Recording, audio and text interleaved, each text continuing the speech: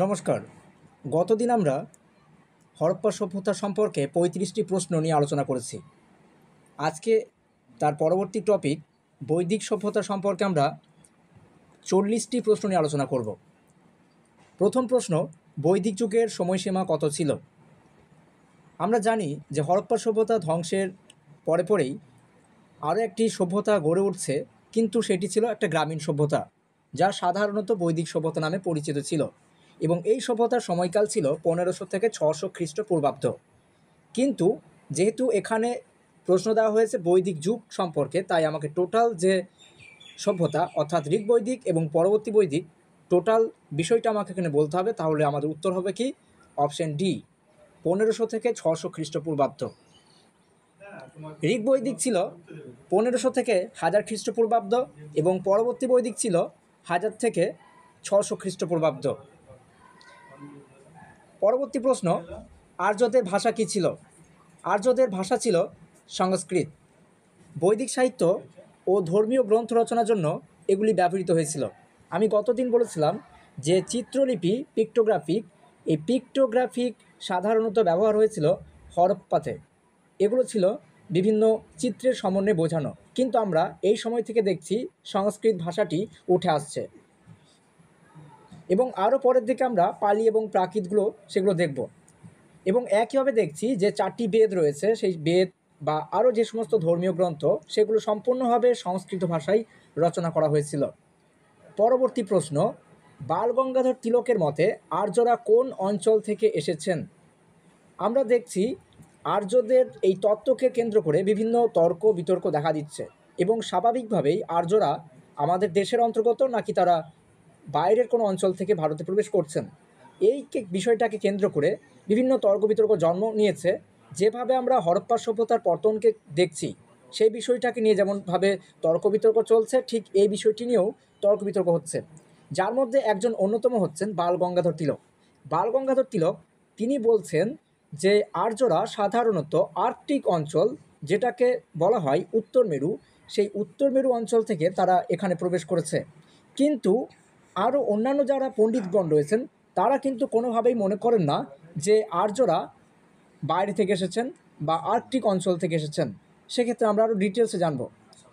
Arctic home in the Vedas, এই গ্রন্থটি বালগঙ্গাধর তিলক রচনা করেন, এবং এই গ্রন্থে যার মূল বিষয় ছিল সেটা হচ্ছে আর্যরা একসময় উত্তর মেরু অঞ্চলে বাস করত, এবং ৮০০০ খ্রিস্টপূর্বাব্দের দিকে সেই অঞ্চলটার জলবায়ু পরিবর্তন ঘটছে। আজকে যেমন আমরা দেখতে পাচ্ছি যে প্রতিনিয়ত আমাদের বিভিন্ন কর্মকাণ্ডের জন্য পৃথিবীর আবহাওয়া জলবায়ু পরিবর্তিত হচ্ছে, এবং একইভাবেই উত্তর মেরু এবং দক্ষিণ মেরুর বরফ কিন্তু গলছে এবং গলিত হচ্ছে, যার জন্য সমুদ্রের উপকূলবর্তী অঞ্চলগুলো কি হচ্ছে, জলের তলায় চলে যাবার সম্ভাবনা আছে আগামী ১০০ বছরের মধ্যে। এবং সেই ঘটনা কিন্তু আমরা ৮০০০ খ্রিস্টপূর্বাব্দে দেখতে পাচ্ছি উত্তর মেরুতে, যার জন্য তারা সেই অঞ্চল ছেড়ে তারা ভারতের দিকে প্রবেশ করছে। কিন্তু অপরদিকে কিছু পণ্ডিতগণ, বিশেষ করে ম্যাক্স মুলার, গর্ডন চাইল্ড, স্বামী বিবেকানন্দ, স্বামী দয়ানন্দ সরস্বতী, তারা মনে করছেন ম্যাক্স মুলারের মতে এই আর্যরা এসেছে মধ্য এশিয়া থেকে, গর্ডন চাইল্ডের মতে দক্ষিণ রাশিয়া থেকে, স্বামী বিবেকানন্দ কিন্তু মনে করেন যে অন্য কোথা থেকেও নয়, এরা সাধারণত ভারতবর্ষেরই মানুষ ছিলেন, এবং ভারতবর্ষই হচ্ছে তাদের আদি বাসস্থান। এবং একইভাবে স্বামী দয়ানন্দ সরস্বতী মনে করেন তিব্বত অঞ্চল থেকে তাদের আগমন ঘটেছিল। পরবর্তী প্রশ্ন, সপ্ত নদীর অন্তর্গত অন্যতম নদী হলো? আমি এখানে 4টি করে নদীর নাম দিয়েছি, আপনাকে খুঁজে বার করতে হবে সেই 7 নদীর মধ্যে 4টি নদীকে, অর্থাৎ প্রত্যেকটা অপশনের মধ্যে 1টি করে নদী বা 2টি করে নদী রাখা হয়েছে, যে নদীগুলো কিন্তু সপ্ত নদীর অন্তর্গত নয়। সেক্ষেত্রে এখানে অপশন হয়ে যায় অপশন বি, চেনাব, সরস্বতী, রাভি এবং সিন্ধু। এই সপ্ত নদী সম্পর্কে যদি আমরা জানি, তাহলে জানি যে সিন্ধু এবং সরস্বতী এবং তার 5 উপনদীকে নিয়ে হয়ে থাকে এই সপ্ত নদী। শ্রুতি নামে পরিচিত কতগুলি বেদ? এই প্রশ্নটি সম্পূর্ণভাবে আপনাকে কনফিউজ করার জন্য আমরা কিন্তু দিয়েছি। বিষয়টা হচ্ছে, আমি ছোটো থেকেই জানি এবং আপনারাও জানেন যে শ্রুতি বলতে সাধারণত বেদকে আমরা বুঝতাম, এবং আমরা জানি যে বেদের অপর নামই হচ্ছে শ্রুতি। সেক্ষেত্রে আমরা দেখব 4টি বেদ কিন্তু এক্ষেত্রে হয়, অর্থাৎ এটা সম্পূর্ণ আপনাকে কনফিউজ করার জন্য এই প্রশ্ন আমরা কিন্তু রেখেছি। এবং একইভাবেই বেদ যেহেতু শুনে শুনে মনে রাখতে হতো, যেহেতু বংশ পরম্পরায় চলতো, অর্থাৎ দাদুর পর বাবা, বাবার পর তার পুত্র, তারপর তার পুত্র, এক্ষেত্রে বেদ তখন হয়ে যায় স্বাভাবিকভাবে স্মৃতি, অর্থাৎ মুখস্থ রাখতে হতো বিষয়টা। এই জন্য মনে রাখতে হবে বেদকে আমরা একইভাবে শ্রুতি এবং স্মৃতি বলতাম। মোটামুটি 700-800 খ্রিস্টপূর্বাব্দের দিকে এদের লিপি ব্যবহার শুরু হয়েছিল এবং লিখিত আকারে কিন্তু বেদ শুরু হয়েছিল। অর্থাৎ তার আগে কি হচ্ছে, বেদ কিন্তু কোনোভাবেই কিন্তু লিখিত আকারে ছিল না, শুনে শুনে মনে রাখতে হতো এবং সেটা স্মৃতিতে রাখতে হতো। পরবর্তী প্রশ্ন, গায়ত্রী মন্ত্র ঋগ্বেদের কততম মণ্ডলের অন্তর্গত? আমরা জানি ঋগ্বেদ 10টি মণ্ডল রয়েছে এবং 10টি মণ্ডলের মধ্যে প্রত্যেকটা মণ্ডলে একটা বিশেষ কিছু বিষয় অন্তর্গত রয়েছে এবং একইভাবে গায়ত্রী মন্ত্রের যে কথা আমরা বলছি, সেই গায়ত্রী মন্ত্র ঋগ্বেদের 3য় মণ্ডলে রয়েছে। এবং আমরা দেখছি এই গায়ত্রী মন্ত্র সম্পর্কে যা বলা হয়েছে, এই গায়ত্রী মন্ত্র রচনা হয়েছিল সাবিত্রী দেবীর জন্য। এই সাবিত্রী দেবীকে ইনি হচ্ছেন সূর্যদেব। এবং এই মন্ত্রটি কি? এই মন্ত্রটি হচ্ছে ওম ভূর্ভুবঃ স্বঃ। এবং এই মন্ত্রটি যদি আপনি পাঠ করেন তাহলে আমরা মনের মধ্যে একটা শান্তি আসবে এবং স্বাভাবিকভাবে বিভিন্ন কাজের ক্ষেত্রে আমরা কিন্তু মন দিতে পারবেন।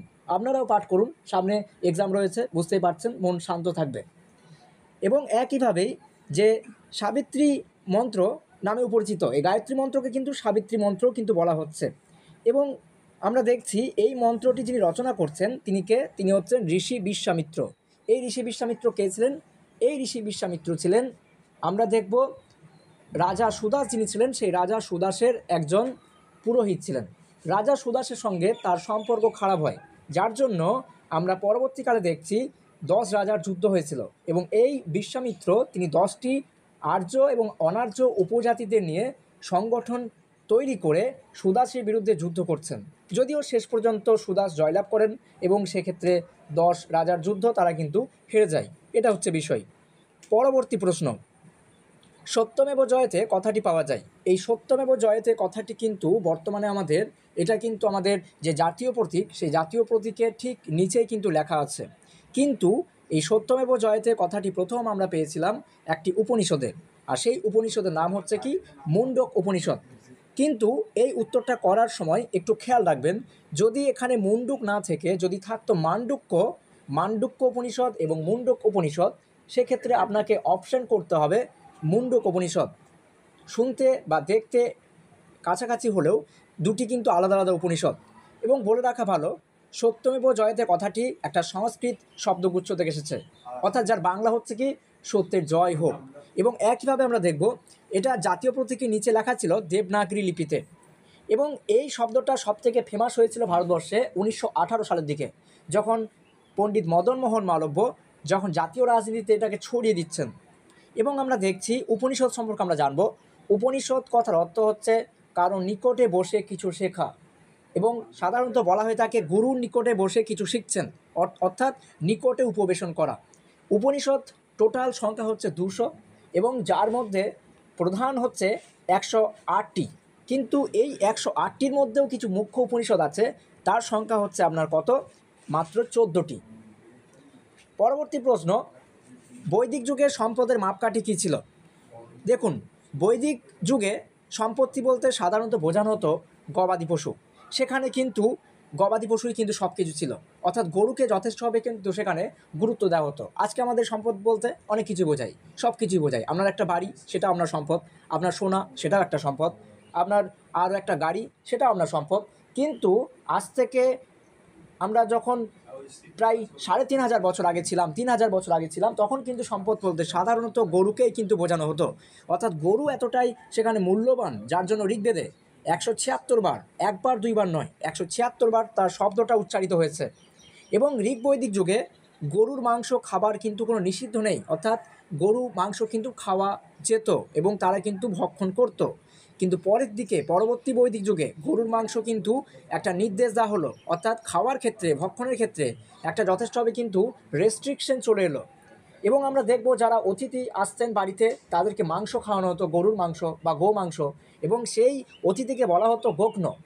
এবং স্বাভাবিক দেখছি যে এতটাই গুরুত্বপূর্ণ ছিল এই গরু এবং তার মাংসটা, যার জন্য সমাজে একটা প্রভাব কিন্তু পড়েছিল। পরবর্তী প্রশ্ন, পুরুষনী নদীর বর্তমান নাম কি? পুরুষনী এই নদীটা আজকে যেটা বর্তমান নাম পেয়েছে সেটা হচ্ছে রাভি। পরবর্তী আমরা যদি এই রাভি সম্পর্কে দেখি তাহলে দেখছি একটু আগে আমি বললাম 10 রাজার যুদ্ধের কথা। সেই 10 রাজার যুদ্ধ যে নদীর তীরে হয়েছিল সেটা এই রাভি বা পুরুষনী নদীর তীরে হয়েছিল। এবং একটু আগে বললাম যে যুদ্ধটা কার সঙ্গে হয়েছিল, সুদাস বনাম বিশ্বামিত্র এবং তাদের অন্তর্গত 10টি আর্য অনার্য উপজাতি। পরবর্তী প্রশ্ন, প্রাচীনকালে রাভি নদী সম্পর্কে কোনটি ঠিক? আমি এখানে কিছু অপশান দিয়েছি, প্রত্যেকটা অপশান ভালো করে পড়তে হবে এবং রাভি নদী সম্পর্কে আপনাকে যদি আপনি সঠিক জ্ঞান রাখতে পারেন তবেই কিন্তু এই প্রশ্ন উত্তর করা সম্ভব। প্রথম অপশান, রোমানরা এই নদীকে হাইট্রোডস বলতো। দ্বিতীয় অপশান, বেদে এই নদীর নাম ইরাবতী। তৃতীয় অপশান, রাভি নদী বিয়াস নদী নামে পরিচিত। চতুর্থ অপশান, এই নদীর তীরে ব্যাটল অফ লিবারেশন যুদ্ধ হয়েছিল। অর্থাৎ এর মধ্যে সঠিক উত্তর হচ্ছে অপশান বি, বেদে এই নদীর নাম ছিল ইরাবতী। অর্থাৎ আমরা একইভাবে রাভিকে আগে পুরুষনী নামে পরিচিত, পরের দিকে এটা ইরাবতী নামে পরিচিত লাভ করছে, কিন্তু এটা আমরা শুধুমাত্র বেদ থেকেই পেয়ে থাকি এই নামটা, অন্য কোথাও কিন্তু আমরা পাচ্ছি না ইরাবতী নামটা। এবং অন্যান্য অপশানগুলো যদি আমরা গভীরে দেখি তাহলে দেখব হাইট্রোডস বলতো এই নামটা কিন্তু গিরিকরা বলতেন। এবং একইভাবেই ব্যাটল অফ লিবারেশন যুদ্ধ, এই যুদ্ধটা সাধারণত হয়েছিল 305 খ্রিস্টপূর্বাব্দে, যখন গ্রিক রাজা সেলুকাস এবং মৌর্য সম্রাট চন্দ্রগুপ্তের মধ্যে তাদের মধ্যে এই যুদ্ধটি হয়েছিল। এবং এই যুদ্ধটির পর আমরা দেখছি যে যথেষ্টভাবে কিন্তু একটা সন্ধিও কিন্তু তৈরি হয়, একটা বৈবাহিক সন্ধি তৈরি হয়।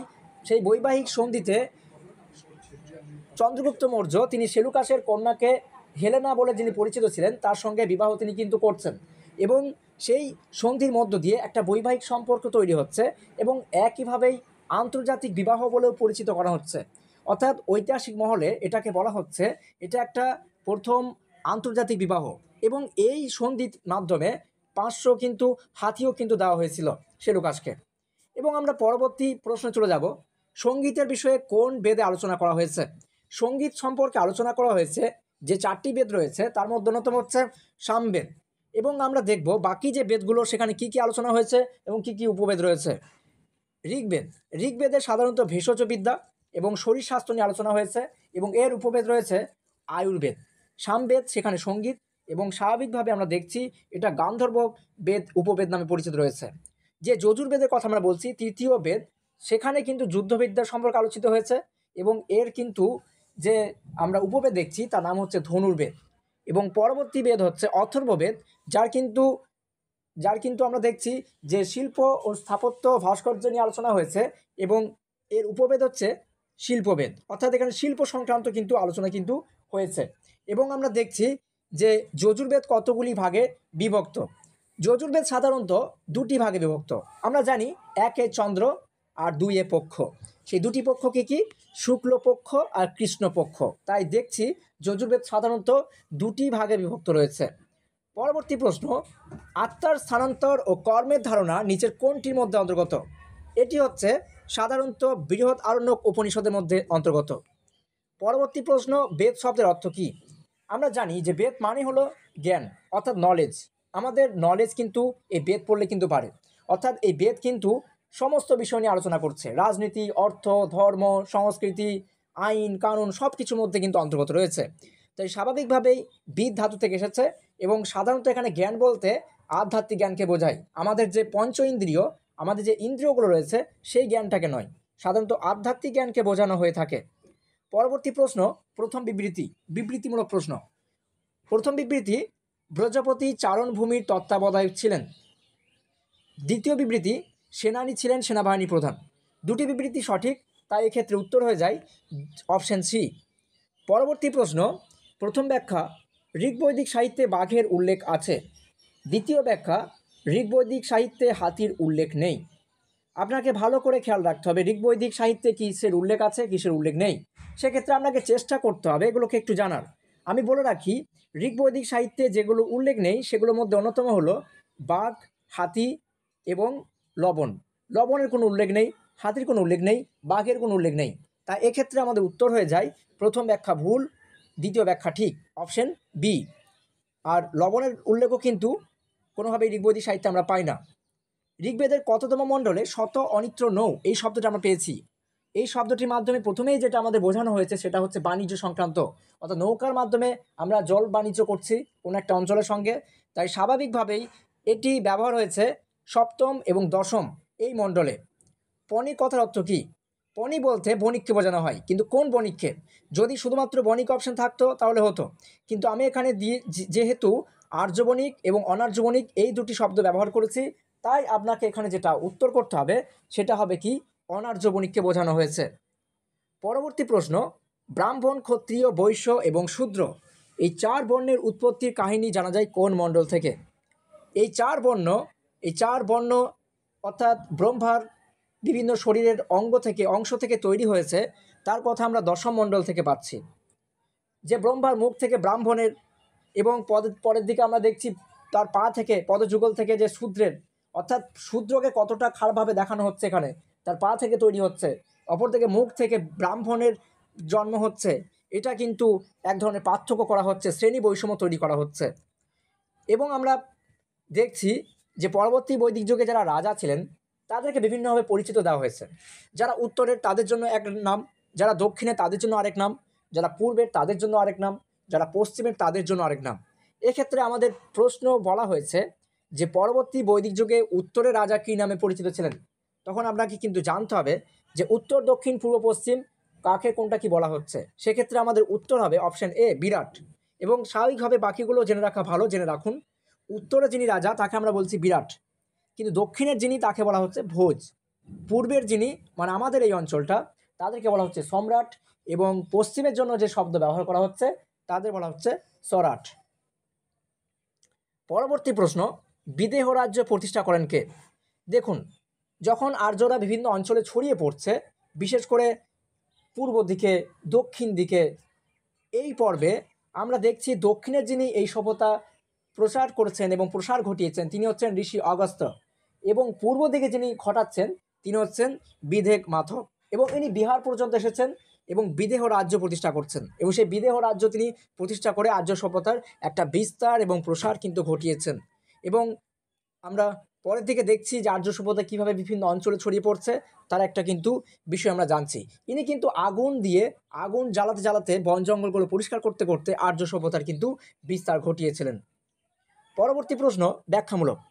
প্রথম ব্যাখ্যা, হরপ্পা সভ্যতার যে মৃৎপাত্র ব্যবহার করা হতো তার রং ছিল লাল। দ্বিতীয় ব্যাখ্যা, বৈদিক যুগে মৃৎপাত্র ব্যবহার হতো, তার রং ছিল লাল এবং কালো। দুটি ব্যাখ্যাই কিন্তু এখানে ভুল আছে, অর্থাৎ যেটা যেটা প্রকৃত যেটা উত্তর হওয়া উচিত সেটা হচ্ছে হরপ্পা সভ্যতা যে মৃৎপাত্র ব্যবহার হতো সেটা ছিল আসলে লাল এবং কালো, অর্থাৎ রেড এবং ব্ল্যাক। কিন্তু অপরদিকে বৈদিক যুগে যেটা ব্যবহার হতো সেটা হচ্ছে PGW, অর্থাৎ পেইন্টেড গ্রে ওয়ের, অর্থাৎ এটা ছিল ধূসর রঙের, লাল কালো না, ধূসর রঙের ছিল। তাই সেক্ষেত্রে কিন্তু আমাদের মনে রাখতে হবে যে কোন যুগ কোন ধরনের মৃৎপাত্র ব্যবহার করছে এবং তাদের রঙগুলো কী টাইপের ছিল। পরবর্তী প্রশ্ন, ঋগ বৈদিক সাহিত্যে ব্রাহ্মণ শব্দটি কতবার উচ্চারিত হয়েছে? একটা লম্বা লিস্ট আমরা কিন্তু পেয়েছি, যেখানে কিন্তু ঋগ বৈদিক যুগে সেই সাহিত্যে কত ধরনের কিন্তু শব্দ ব্যবহার হয়েছে এবং কতবার ব্যবহার হয়েছে। একইভাবে আমরা পাচ্ছি এখানে যে ব্রাহ্মণ শব্দটা বলা হচ্ছে এটা ব্যবহার হয়েছে সবথেকে বেশি, যে চারটি বর্ণ রয়েছে ব্রাহ্মণ, ক্ষত্রিয়, বৈশ্য, শূদ্র, এর মধ্যে ব্রাহ্মণ সবথেকে বেশি ব্যবহার হয়েছে, সেটা হচ্ছে 14 বার। এবং একইভাবে ক্ষত্রিয় 9 বার, বৈশ্য 1 বার, শূদ্র 1 বার। তার মানে হচ্ছে সমাজের মধ্যে বৈশ্য এবং শূদ্র ওনাদের কিন্তু গুরুত্ব যথেষ্টভাবে কম, এবং ওনাদেরকে কিন্তু খুব একটা গুরুত্ব দেওয়া হচ্ছে না। এই জন্য কিন্তু তাদের সংখ্যা এবং তাদের উচ্চারিত শব্দ ব্যবহার কম হয়েছে। পরবর্তী প্রশ্ন, চতুরাশ্রম প্রথার অন্তর্গত গার্হস্থ্যাশ্রমে কতগুলি ঋণের কথা আছে? আমরা জানি 4টি আশ্রম আছে। কি কি বলুন তো? 4টি আশ্রমের নাম হলো কি? 4টি আশ্রমের নাম হচ্ছে, আমরা প্রথমেই দেখছি যে তারা যে কিভাবে একটি স্টুডেন্ট লাইফ শুরু করছে, সেই স্টুডেন্ট লাইফ থেকে আস্তে আস্তে তারা কীভাবে বড় হতে শুরু করছে। স্টুডেন্ট লাইফ মানে হলো কি, এখানে আমরা দেখছি তারা কিন্তু পড়াশুনো দিয়ে শুরু করছে, পড়াশুনো থেকে তারা সন্ন্যাসীর দিকে যাচ্ছে। এই যে 4টি আশ্রম, এই 4টি আশ্রম কিন্তু প্রথম থেকে ছিল না। প্রথম দিকে কতগুলি আশ্রম ছিল? প্রথম দিকে ছিল 3টি আশ্রম। পরের দিকে আমরা দেখছি সন্ন্যাস এবং যে বানপ্রস্থ এই আশ্রমটাকে তৈরি করা হয়েছিল, অর্থাৎ আরও 2টি কিন্তু এক্সট্রা কিন্তু তৈরি করা হয়েছিল। অর্থাৎ এখানে আমাদের যেটা উত্তর হবার কথা সেটা হচ্ছে গার্হস্থ্যশ্রমে সাধারণত 3টি ঋণের কথা বলা হয়েছিল। সেই 3টি ঋণ কী কী? সেই 3টি ঋণ হচ্ছে পিতৃঋণ, বাবার ঋণ, অর্থাৎ প্রত্যেক ছেলেমেয়ের যে তার বাবার প্রতি যে ঋণ থাকে সেই ঋণ শোধ করা, দেবতার ঋণ বা দেব ঋণ, অর্থাৎ আমাদের যে ঈশ্বরের প্রতি যে ঋণ আছে সেটাকে শোধ করতে হবে এবং তাকে পূজা করে হোক, তাকে সন্তুষ্ট করে হোক। এবং অপরদিকে গুরু ঋণ, অর্থাৎ হচ্ছে যে যে যার কাছ থেকে আমরা শিক্ষা গ্রহণ করেছি তারও একটা ঋণ আছে, সেই ঋণকে কিন্তু শোধ করতে হবে। অর্থাৎ এই তিনটি ঋণের কথা কিন্তু বলা হয়েছিল। পরবর্তী প্রশ্ন, ইনামগাঁও একটি মেগালিথ কেন্দ্র। আমরা দেখব মেগালিথ সাধারণত এখানে বড় বড় পাথরের তৈরি যে এক ধরনের যে কালচার তৈরি হয়েছিল, এইগুলোকে সাধারণত মেগালিথ বলে চিহ্নিত করা হচ্ছে। তাই মেগালিথ সবথেকে বেশি দেখা গিয়েছিল, যেটা সবথেকে একটা বড় একটা উদাহরণ যেটা ইনামগাঁও, সেই ইনামগাঁও ছিল মহারাষ্ট্রের অন্তর্গত। এবং এখানে কিন্তু আমরা মেগালিথ কালচার কিন্তু একটা দেখছি, অর্থাৎ ঋগ্বৈদিক যুগ যেমন চলছে, পাশাপাশি মহারাষ্ট্রের এই অঞ্চলটাতে আমরা মেগালিথ কালচার কিন্তু দেখতে পেয়েছি। পরবর্তী প্রশ্ন, আমি যোগ দর্শন তত্ত্ব দিয়েছি, যার উপর ভিত্তি করে যোগসূত্র গড়ে উঠেছে। আমি মহাভাষ্য ও কার কার কার কাবর্তিকা রচনা করেছি। আমি যোগ, ব্যাকরণ এবং আয়ুর্বেদ এই তিনটি ক্ষেত্রে ভারতীয় সংস্কৃতি ও দর্শনে গভীর প্রভাব ফেলেছি। আমি কে? উত্তরটি আপনাদের জন্য দেওয়া হলো, আপনারা কমেন্ট বক্সে এর উত্তর করার চেষ্টা করুন। পরবর্তী প্রশ্ন, ঋগ্বেদে গঙ্গা শব্দটি কতবার উচ্চারিত হয়েছে? একটু আগে আমি যেমনভাবে বলেছিলাম যে ব্রাহ্মণ, ক্ষত্রিয়, বৈশ্য, শূদ্র কতবার উচ্চারিত হয়েছে, এবার যে শব্দটি দেওয়া হয়েছে সেটা হচ্ছে গঙ্গা। অর্থাৎ আজকে যখন আমরা গঙ্গার পাশ দিয়ে যখন পেরিয়ে যাই, সেখানে আমরা লক্ষ্য করি যে গঙ্গা কিন্তু একটা পবিত্র নদী এবং গঙ্গাকে দেখলে আমরা কিন্তু প্রণাম করি। ঠিক একইভাবেই কিন্তু সেই মুহূর্তে গঙ্গা কিন্তু খুব একটা গুরুত্বপূর্ণ ছিল না, যার জন্য তার মাত্র একবার উচ্চারিত হয়েছিল ঋগ্বৈদিক সাহিত্যে। সেই জায়গায় যমুনা নদী তার থেকেও বেশি গুরুত্ব ছিল, যার জন্য যমুনাকে আমরা 3বার উচ্চারিত হতে দেখেছি। পরবর্তী প্রশ্ন, ব্যাখ্যামূলক। এখানে বিবাহ সম্পর্কিত দুটি ব্যাখ্যা দেওয়া হয়েছে। আমরা দেখব যে প্রাচীন যুগে বিভিন্ন ধরনের বিবাহ ছিল, সেই সম্পর্কে আমরা কৌটিল্যের অর্থশাস্ত্রে পাই। কৌটিল্য সাধারণত 8 প্রকার বিবাহের কথা উল্লেখ তো করেছেনই, পাশাপাশি আরও 2 প্রকার বিবাহ কথা উল্লেখ করেছেন, এবং সেই দুটি বিবাহ হচ্ছে অনুলোম এবং প্রতিলোম। এক্ষেত্রে আমাদের কিন্তু খুব ভালো করে মনে রাখার চেষ্টা করতে হবে। এটা অনেক সময় কিন্তু একটু উল্টে যায়, অর্থাৎ এটা যাতে না হয় সেক্ষেত্রে কিন্তু মনে রাখার চেষ্টা করতে হবে। একটা মনে রাখলেই অপরটা মনে থাকবে। এক্ষেত্রে যেটা আমাকে করতে হবে সেটা হচ্ছে যে অনুলোম বলতে বোঝানো হচ্ছে উচ্চবর্ণের পুরুষ এবং নিম্নবর্ণের নারী, এবং প্রতিলোমটা হচ্ছে ঠিক তার উল্টোটা, অর্থাৎ উচ্চবর্ণের নারী, নিম্নবর্ণের পুরুষ। অর্থাৎ এই দুটি ব্যাখ্যায় কিন্তু ঠিক আছে এখানে। পরবর্তী প্রশ্ন, অর্থাৎ এখানে আমি কিছু 4টি আমরা বিবৃতি দিয়েছি, এই 4টির মধ্যে আপনি কোনটা ভুল সেটা আপনাকে খুঁজে বার করতে হবে। প্রথম প্রশ্ন, প্রথম যেটা অপশন, হরপ্পা সভ্যতা ছিল পিতৃতান্ত্রিক। অপশন বি, বৈদিক সভ্যতায় পুরুষ দেবতার প্রাধান্য ছিল। অপশন সি, আর্যদের ঘরবাড়ি ছিল মাটির তৈরি।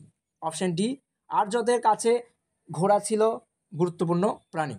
অবশ্যই আর্যদের কাছে ঘোড়া তো গুরুত্বপূর্ণ প্রাণী ছিল, সেটা আমরা দেখেছি, কিন্তু হরপ্পা সভ্যতায় কিন্তু ঘোড়া কিন্তু ছিল না, বা সেটা বিভিন্ন হাড় বা আমরা মাটির খেলনা সেগুলো পেয়েছি, সেটা তর্ক বিতর্ক রয়েছে।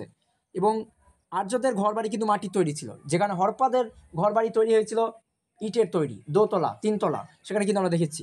এবং বৈদিক সভ্যতায় পুরুষ দেবতার প্রাধান্য ছিল, অবশ্যই আমরা দেখছি এখানে ইন্দ্রের প্রাধান্য রয়েছে, বরুণের প্রাধান্য রয়েছে। কিন্তু আমরা দেখছি যে হরপ্পা সভ্যতায় কিন্তু যে সভ্যতা গড়ে উঠেছিল সেটা সম্পূর্ণ ছিল একটা মাতৃতান্ত্রিক সভ্যতা। সেখানে মাতাকে গুরুত্ব দেওয়া হতো এবং সেখানে মেয়েদেরকে বেশি গুরুত্ব দেওয়া হচ্ছে। এবং একইভাবেই যে টেরাকোটা অর্থাৎ পোড়ামাটির যে মূর্তিগুলো আমরা পেয়েছি, সেগুলো সাধারণত মাতৃমূর্তি, এবং সবথেকে বেশি আমরা সেই মূর্তি পেয়েছি।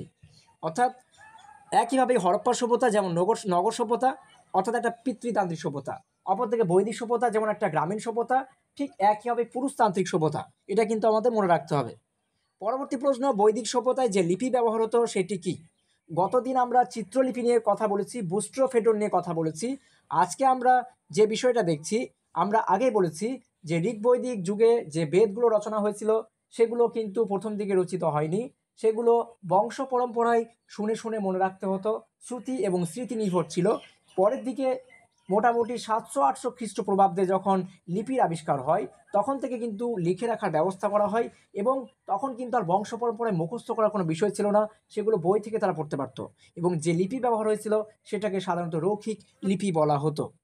পরবর্তী প্রশ্ন, প্রথম বিবৃতি ও দ্বিতীয় বিবৃতি। প্রথম বিবৃতি বলা হয়েছে সভার কথা, দ্বিতীয় বিবৃতি সমিতির কথা। সভাতে তারাই জায়গা পেত যারা ছিল অভিজ্ঞ এবং বয়স্ক ব্যক্তি নিয়ে গঠিত, আর সমিতিতে গুরুত্ব পেত তারাই যারা ছিল সাধারণ প্রজা এবং রাজ্যের বিভিন্ন ব্যক্তি নিয়ে গঠিত। অর্থাৎ দুটি বিবৃতি এখানে কিন্তু ঠিক আছে। একটু মনে রাখতে হবে, সভা মানে হচ্ছে যেখানে অভিজাত, যেখানে তাদের গুরুত্ব আছে সমাজে, তাদের নিয়ে কিন্তু। আর সমিতি বলতে সবাই, আমি, আপনি, সাধারণ মহিলা সবাই এখানে কিন্তু গুরুত্ব পাচ্ছে। কোনটি মিলছে? অর্থাৎ এখানে আমি 4টি শব্দ দিয়েছি, যেটা কিন্তু একটি মিলছে না। যেটি মিলছে না সেটা আপনাকে কিন্তু খুঁজে বার করতে হবে, যেটি মিলছে সেটাকে খুঁজে বার করতে হবে। অর্থাৎ এখানে আমরা দেখছি প্রকাশ, প্রকাশ পদাতিক সেনা, ব্রীহি গম, বাবাতা রাজার প্রিয়তম রানী, শির জমি। অর্থাৎ এখানে যেটা মিলছে সেটা হচ্ছে কি বাবাতা, রাজার প্রিয়তম রানী যিনি ছিলেন। রাজার অনেক রানী ছিল, তাদের মধ্যে যিনি প্রিয় ছিলেন, রাজা যাকে বেশি গুরুত্ব দিতেন তাকে বলা হতো বাবাতা। অর্থাৎ বাকি অপশানগুলো যদি আমরা দেখি, প্রকাশ মানে হচ্ছে ধাতব আয়না, যেটার সঙ্গে মেলে। ব্রীহি মানে হলো ধান, শির মানে হচ্ছে লাঙ্গল এবং গোধূম মানে হলো গম। পরবর্তী প্রশ্ন, বৈদিক যুগে গ্রামের বিচারক ছিলেন। বৈদিক যুগে যিনি গ্রামের বিচার করতেন তাকে বলা হতো গ্রাম্যবাদিন। পরবর্তী প্রশ্ন, ধীবর কথার অর্থ কী? ধীবর কথার অর্থ হচ্ছে জেলে। পরবর্তী প্রশ্ন, শতমান এক ধরনের, শতমান বলতে এক প্রকার ধাতব বাটকে বোঝানো হয়, সেক্ষেত্রে আপনাকে খেয়াল রাখতে হবে সোনার বাটটাকেই বোঝানো হয়েছে।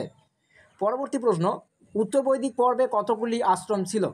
একটু আগে আমি যেটা বললাম যে চতুরাশ্রম, সেই চতুরাশ্রমের মধ্যে 4টি আশ্রম প্রথম দিকে কিন্তু ছিল না, পরের দিকে কিন্তু 4টি আশ্রমে জন্ম হয়েছিল। অর্থাৎ প্রথম দিকে যে আশ্রম ছিল সেটা হচ্ছে 3টি। পরবর্তী প্রশ্ন, ব্রাতদের ভাষা কী ছিল? ব্রাত এবং নিষাদ এই দুটি আমরা জাতি পাচ্ছি।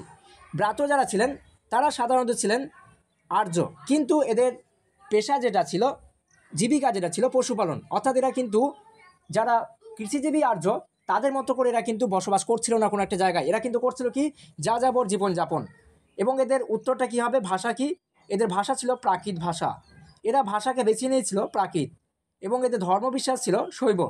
যারা শিবের উপাসনা করেন তাদেরকে আমরা বলি কি শৈব, আর যারা বিষ্ণুর উপাসনা করেন তাদেরকে আমরা বলি কি বৈষ্ণব। তাই এরা হচ্ছে শিবের উপাসক ছিলেন। আমি এখানে 4টি অপশান দেওয়া হয়েছে এবং আপনাকে ক্রমানুসারে সাজাতে হবে। অর্থাৎ বৈদিক যুগের যে শাসন ব্যবস্থা, অর্থাৎ ঠিক ছোট থেকে বড় পর্যন্ত, সেটা আপনাকে সাজাতে হবে। এখানে কিন্তু যেটা সঠিক অ্যান্সার সেটা হচ্ছে কি অপশান এ 20 গ্রাম জন রাষ্ট্র, অপশান বি কুল জন গ্রাম গোষ্ঠী, অপশান সি গ্রাম জন 20 রাষ্ট্র, অপশান ডি কুল গ্রাম জন রাষ্ট্র। এক্ষেত্রে যেটা সঠিক সেটা হচ্ছে কুল গ্রাম জন রাষ্ট্র। অর্থাৎ সম্পূর্ণটা যদি আপনি জানতে চান তাহলে হচ্ছে কুল মানে হচ্ছে একেবারে পরিবার, তারপর পরিবারকে কেন্দ্র করে গোষ্ঠী, কিছু গোষ্ঠীকে নিয়ে একটা গ্রাম, কতগুলি গ্রামকে নিয়ে একটা 20, কতগুলি 20কে নিয়ে একটা জন, এবং কতগুলি জনকে নিয়ে একটা রাষ্ট্রের জন্ম হচ্ছে। সর্বনিম্ন স্তরে রয়েছে কে? তাহলে কুল। কুলের যিনি প্রধান, অর্থাৎ আমাদের বাড়ির যেমন আপনাদের বাড়ির, আমার বাড়ির যেমন একজন প্রধান থাকবেন, একজন গার্জেন থাকবেন, সেই গার্জেনটা কে হবেন? আমার বাবা হতে পারেন বা কারো দাদু হতে পারেন। সেরকমই কিন্তু সেই সময় কিন্তু পরিবারের মধ্যে যিনি প্রধান ছিলেন, কুলের যিনি প্রধান তাকে বলা হচ্ছে কুলপতি বা কুলপা। এবং গ্রামের যিনি প্রধান তাকে বলা হচ্ছে গ্রামনি বলা হচ্ছে। আমাদের যেমন আছে গ্রামের যেমন একজন প্রধান রয়েছেন বা পঞ্চায়েতের প্রধান রয়েছেন, ঠিক সেরকমই কিন্তু সেই সময় গ্রামের প্রধান ছিলেন। 20-এর যিনি প্রধান তাকে বলা হচ্ছে বিশপতি। জনের যিনি প্রধান স্বয়ং রাজাই ছিলেন, যাকে বলা হচ্ছে গোপ বলা হচ্ছে। পরবর্তী প্রশ্ন, পঞ্চচরিষ্ণু হচ্ছে, এখানে কিন্তু একটু খেয়াল রাখতে হবে।